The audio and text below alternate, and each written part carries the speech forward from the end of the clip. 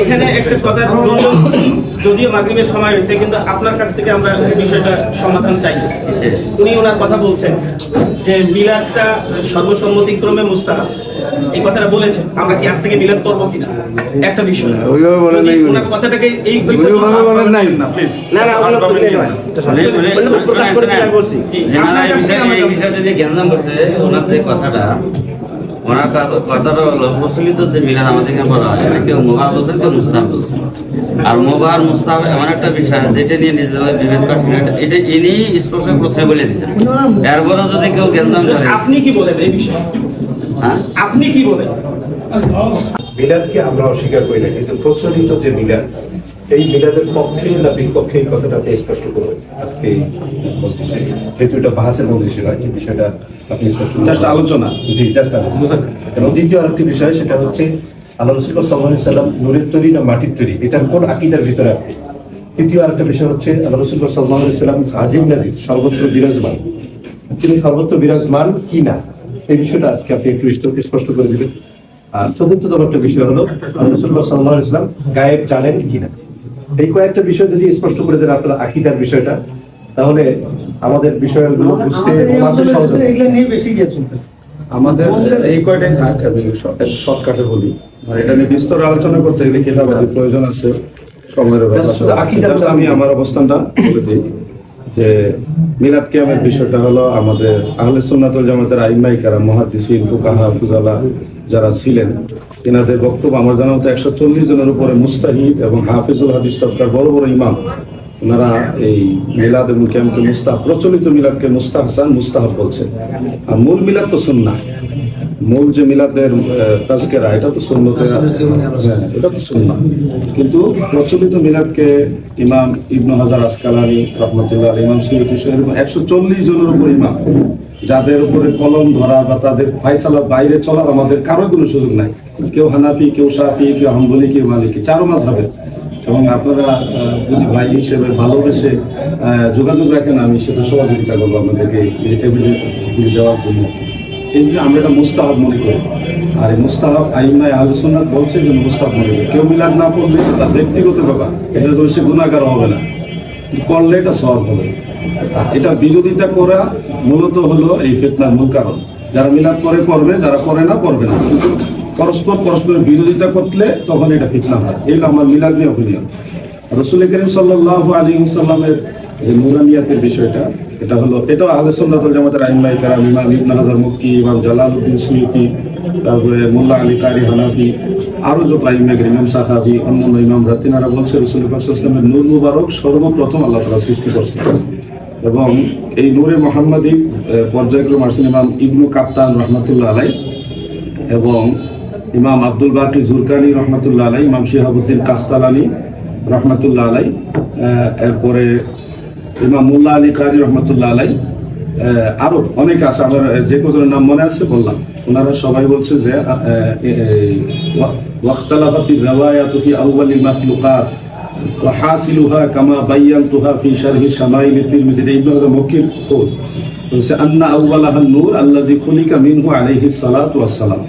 এবং ইমাম ইবনু কাত্তান রহমাতুল্লাহ আলাইহি বলছেন যে ইমাম হযরত আদম আলাইহিস সালাম সৃষ্টি হওয়ার 2000 বছর আগেই নূরে মুহাম্মাদী থেকে রাসূল পাকের জিসম মুবারক সহ সশরীরে প্রকাশ করা হয়েছে। তো সেই হিসাবে আমরা নবীজির ব্যাপারে বিশ্বাস হলো এটা যে রাসূল পাক বেমিসাল বেনজির নূরানি বাশার, নূরের বাশার। নবীজির বাশারিয়াতকে আমরা স্বীকার করি, নূরানিয়াতকেও স্বীকার করি। বাশারিয়াতকে অস্বীকার করলে কুফরি হবে, নূরানিয়াতকেও অস্বীকার করলে এটা গুমরাহের মধ্যে পতিত হবে।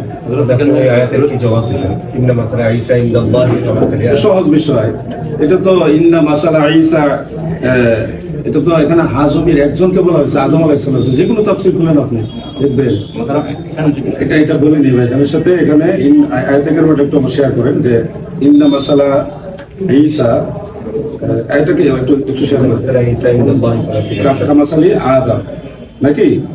তো এখানে খালাকাহু মিন তুরাবিন, খালাকাহু হাজমির একজনকে বোঝা হয়েছে, বাবা আদমকে বোঝানো হয়েছে এখানে। আর মেসালটা আসছে হলো বাবা আদমকে পিতাবিহীন সৃষ্টি করা হয়েছে, হযরত ঈসাকেও ভিটামিন সৃষ্টি করা হয়েছে, এটা হলো মেসাল। আর সৃষ্টিগতভাবে একজন হলো মাটির তৈরি, দেখেন আপনি খালাকা হু মিন তুরাবিন, একজনকে মিন করা হয়েছে এখানে।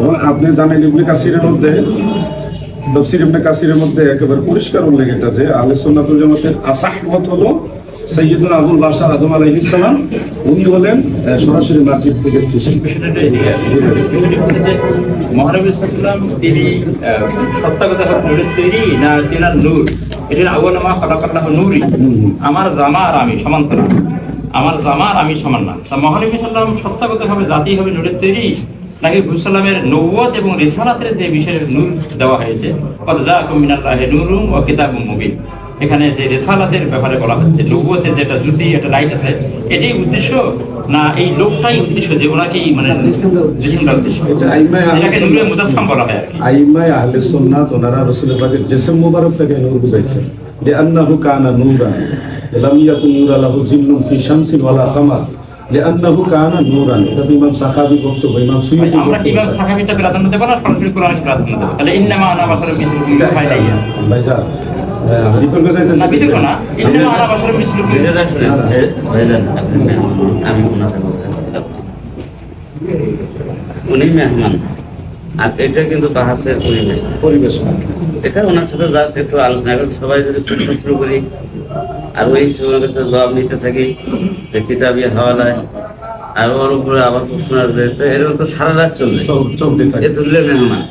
তা আমরা ওনাকে মেহমান হিসেবে এনাকে বসাইছি।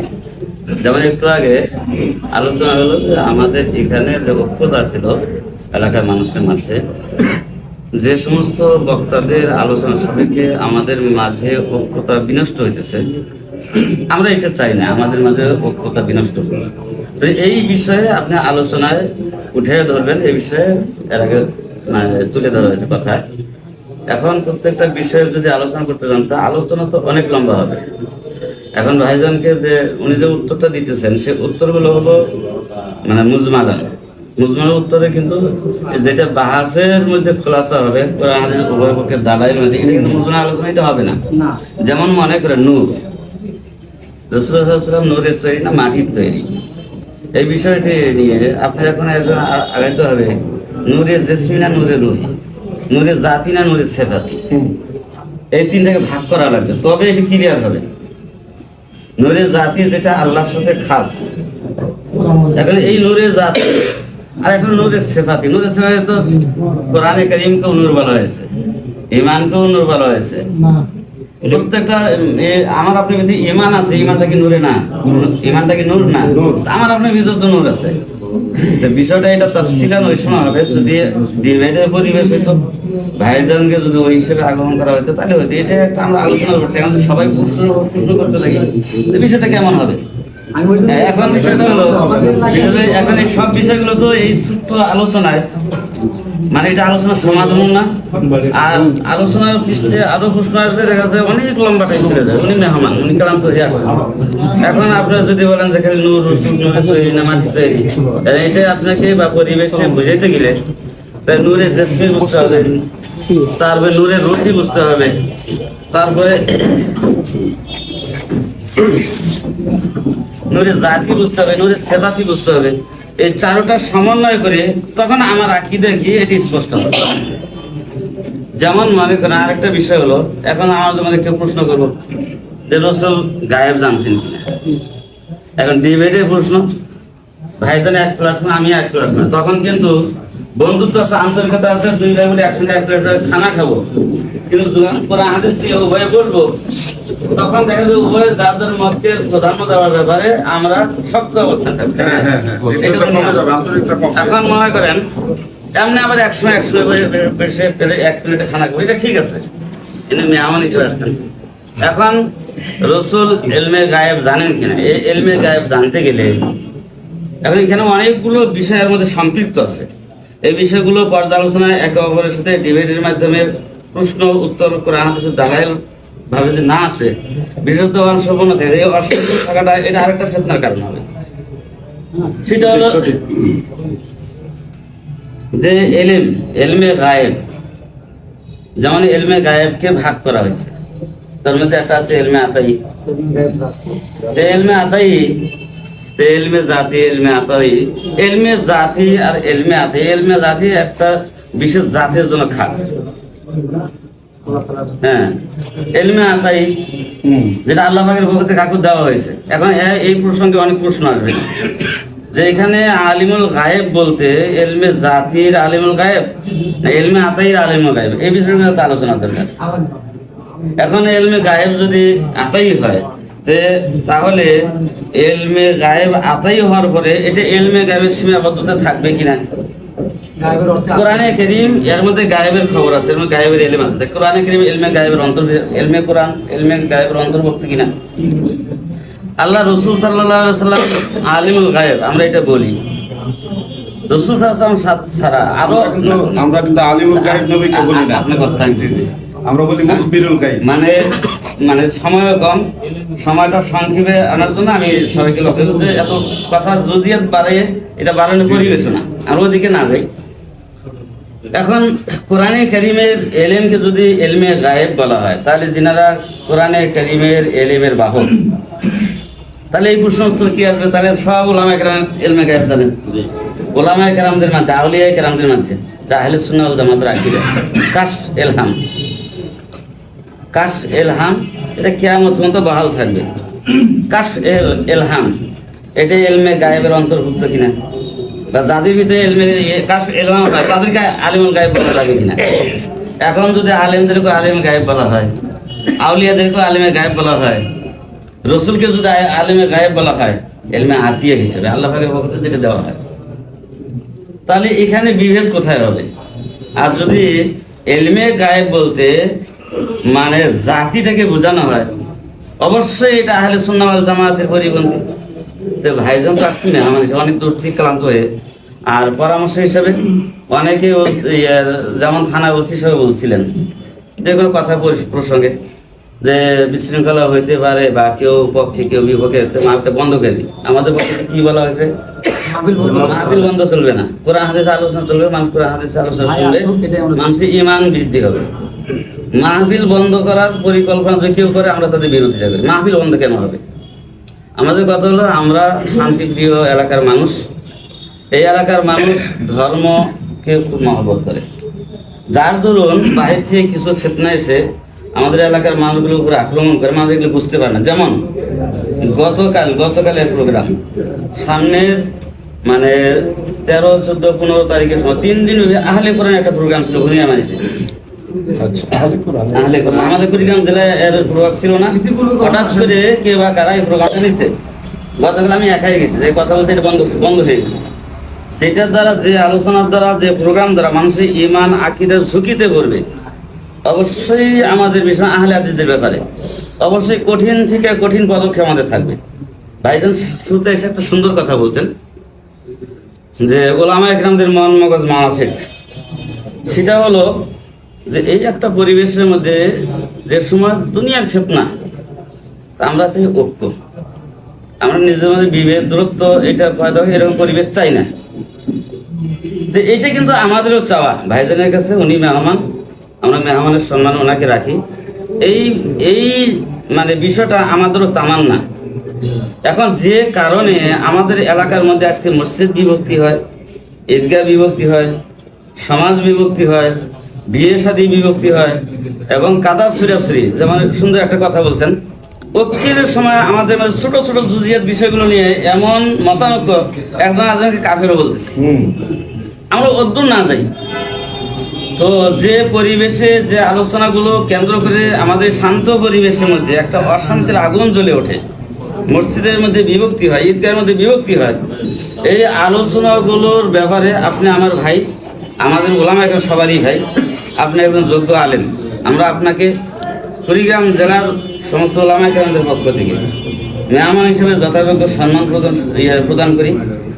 আপনার কাছে একটা অনুরোধ থাকবে, আপনার আলোচনাটা এই ঢাঁচের হবে যে আলোচনার পরিপ্রেক্ষিতে প্রথমে বলা হয়েছে যে আমাদের মধ্যে ঐক্যের বন্ধন অটুট থাকে, বিভক্তি হয়, এরকম আলোচনা না করার ব্যাপারে অনুরোধ।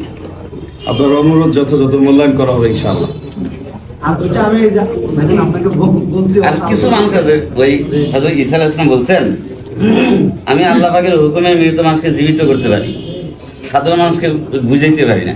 তাহলে বোঝা গেল মৃত মানুষকে জীবিত করার থেকেও সাধারণ মানুষকে বোঝানো বড় কঠিন। ওলামা কেরাম বুঝায় একরকম, সাধারণ মানুষ আরেকটা বুঝে বাস মাতাল হয়ে যায়। এখন মেহমান তো কথা বলে চলে যায়, এবার দেখা যায় নিজেদের মধ্যে এলাকার মধ্যে অনেক বিভেদ শুরু হয়ে যায়। এর জন্য ভাইজানের কাছে অনুরোধ থাকলো, আপনি মেহমান আছেন, বই আছে, এটা ডিবেটের বিষয় না, একসেট বই আছে। আমরা এটাও প্রস্তাব দিছি ভাইজান। এখানে প্রতিবাদে ওখানে আলোচনা হচ্ছে যে মাহফিলে ওঠার আগে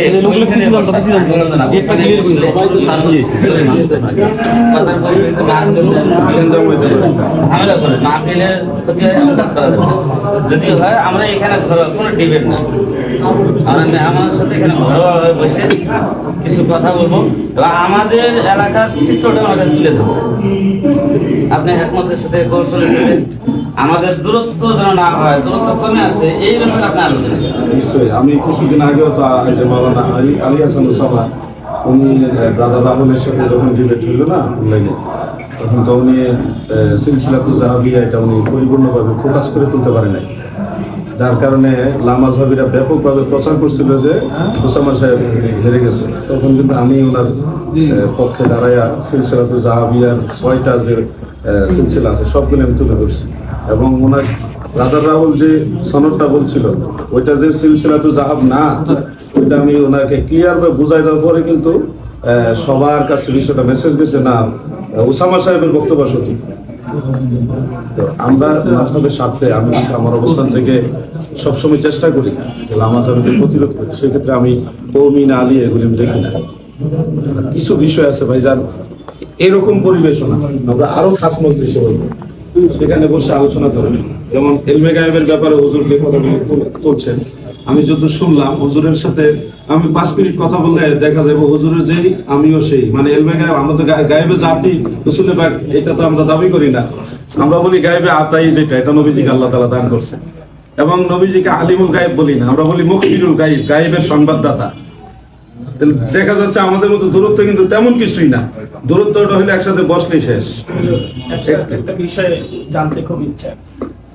একটু আগে উনি বলছেন যে মিলাদ, মূল মিলাদ বলতে উনি কি বুঝাইছেন, এটা আমাদের কাছে একটা মেসেজ চলে আসছে অলরেডি। মূল মিলাদ বলতে উনি আসলে যে মিলাদ গুলো হয় এগুলো বুঝাইছেন না, রাসূল সাল্লাল্লাহু আলাইহি ওয়াসাল্লামের জিন্দেগি আলোচনা করাকেই বুঝাইছেন। স্পষ্ট করে আমি একটু বলি, উনি বলছেন তো এই জন্য বলি। আর দ্বিতীয় নম্বর কথা হলো, আপনার কয়েকটা আলোচনা পাওয়া যায় যে চরমনাইরা ডিবেটে হেরে গেছে, একটা আলোচনা আমার কাছে এখনো ভিডিও আছে। কেউ হয়তো আপনাকে ট্যাগ লাগায় করছে, কিন্তু আপনার আলোচনাগুলো এই কোয়ালিটির আসছে। দুই দিকে মাহফিল, রাস্তার এদিকে আর ওদিকে এটা মাহফিল, এটা ডিবেট না। এরপরে যে প্রশ্ন করছিল আমি বলি আপনার কথা আমি বলে দিই, আপনি বলবেন, কথাটা শেষ করি। এখন কওমি হোক আলিয়া হোক, বিশেষ করে জাকাত ফিতরার টাকা খেয়ে এরা বড় হয়েছে, টাকা বানাচ্ছে। এটা তো বলছি আমি। এইরকম কোন বক্তব্য ভবিষ্যতে দিবেন কিনা, এটা আমার এটা আমি তো কেন বলছি, কাদেরকে বলছি আমি খুলাসা করছি। আর চরমনাইয়ের সাথে প্রশ্ন এসেছিল আমাকে খুলনা রূপালী ব্যাংকের সামনে হাই রোডের উপরে করছিল যে যার পীর নাই তার পীর শয়তান। তখন আমি আত্মীয় দরবারের দায়িত্বশীল, তখন আমি বলছি এই কথা। ওনার যে আমার জিজ্ঞাসা করছিল এটা কোন কিতাবে আছে, আমি বলছিলাম চরমনাইয়ের কিতাবে আছে। তো চরমনাইয়ের কিতাবের নাম বলে দিছি, বাস ঝামেলা শেষ হয়ে গেছে। এটা তো ডিবেট না, মারামারি না, সংঘাত না, গেঞ্জামো না। প্রশ্ন করছে আমি উত্তর দিয়ে দিছি, বাস শেষ। যাওয়ার পরে দেখবেন যে হাইলাইট হলো এলমে গায়েব,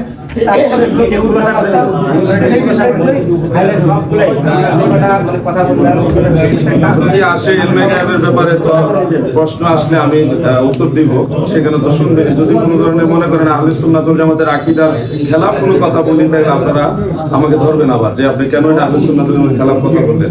আর আমি তো বলেই গেলাম যে গায়েবের জাতি নবীজি জানে, এটা আমরা বলি না। নবীজিকে আলিমুল গায়েব মনে করি না, আমরা মুখবিরুল গায়েব মনে করি। নবীজি গায়েবের সংবাদদাতা, এটা তো এটা নিয়ে তো একতলাফ নাই। আমাদের আপনার বক্তব্য হ্যাঁ বাস, এটা আর কোনো অসুবিধা নাই। হুজুর আমার বই সব কালকে মাহফিল থেকে সব নিয়ে গেছে মানুষের, মানে নাই আরো কিছু বই আছে, সবাইকে দেওয়া সম্ভব না। সবার পক্ষে আমি হুজুরকে অ্যাকসেপ্ট না কিছু বই দিয়ে গেলাম হাদিয়া, আশা করি এগুলি দেখলে হুজুর আমার সম্পর্কে একটু আমার আকীদাটা কি, আমার কোন পথে আমি চলতে সেটা হুজুর একটা আইডিয়া করতে পারবে। হুজুর কাজ দিয়েছিল দিয়ে গেল।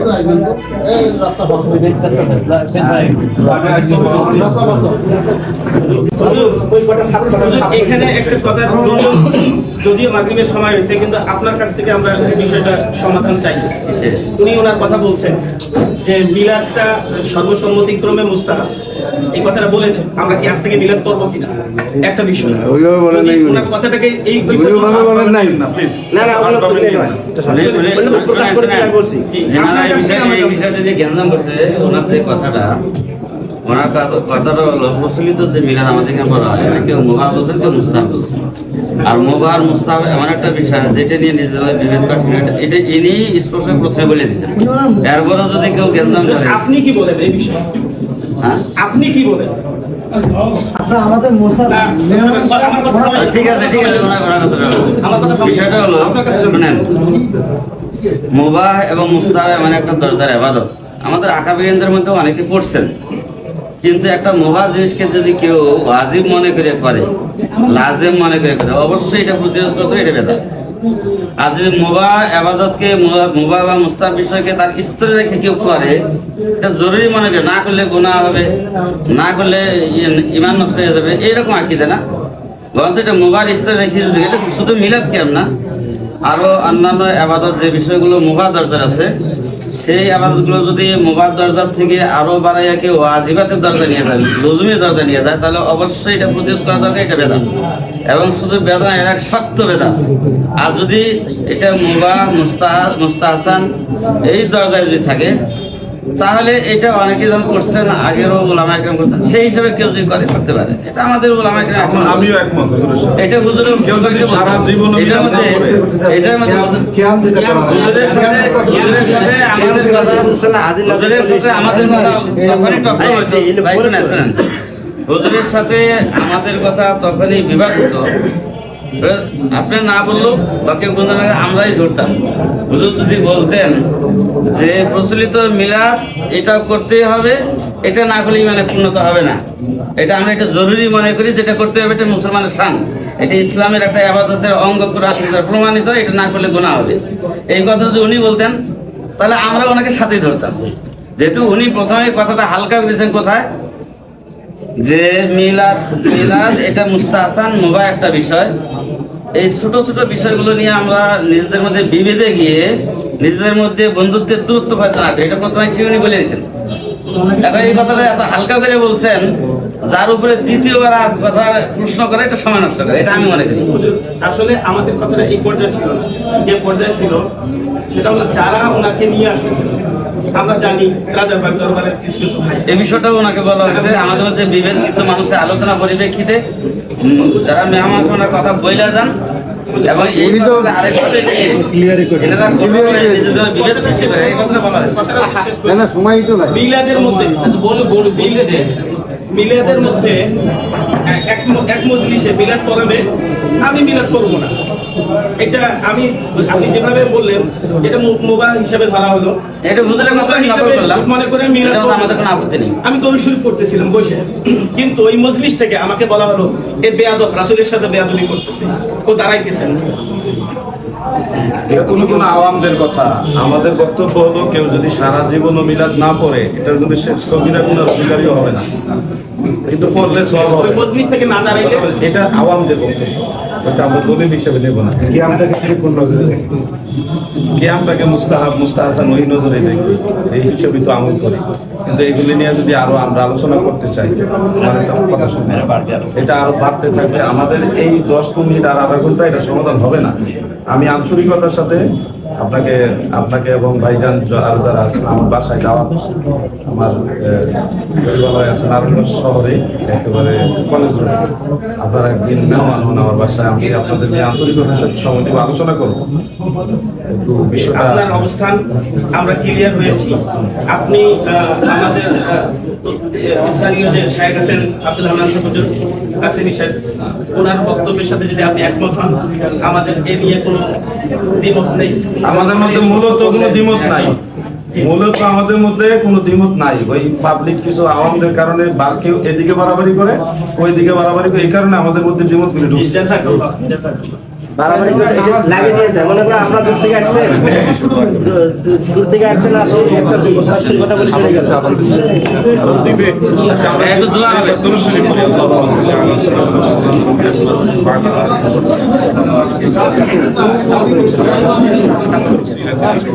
কথা না বলি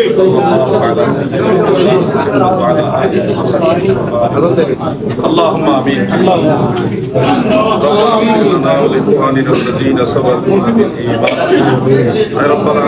আমাদের জীবনের জানা অজানা সমস্ত গুনাহ খাতা মাফ করে দেন আল্লাহ। আমাদের দুনিয়া ও আখিরাত সহজ করে দেন আল্লাহ। হে আল্লাহ, আপনার আযাব থেকে বাঁচার মতো কোনো শক্তি আমাদের নাই। আমরা আমাদের নিজেদেরকে আপনার কাছে সুপুর্দ করলাম। আপনার হাবিবের উসিলায় আমাদের দুনিয়া ও আখিরাতকে আপনি সহজ করে দেন আল্লাহ। আমাদের মা বাবা দাদা দাদি নানা নানি আপনজন যারা কবরবাসী হয়েছেন তাদের সবাইকে আপনি দয়া করে মাফ করে দেন আল্লাহ। আল্লাহ তাদের কবরগুলো জান্নাতের বাগান বানায় দেন আল্লাহ। ওলামায়ে আহলে সুন্নাতের হাজিরিকে আপনি দয়া করে কবুল করেন আল্লাহ। ওয়া সালামুন আলাল মুরসালিন ওয়াল হামদুলিল্লাহি রাব্বিল আলামিন। বিহামদি লা ইলাহা ইল্লাল্লাহ।